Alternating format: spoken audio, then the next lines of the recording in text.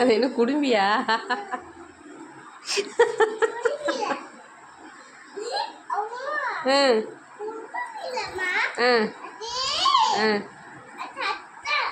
அத்தாக்கு பண்ணிட்டியா? மேக்கப் முடிஞ்சிருச்சா? அத்தாவுக்கு என்னென்ன போட்டீங்க மேக்கப்பில்? கொஞ்சம் கொஞ்சம் அத்தாவோட ப்ரெஷ்ஷு.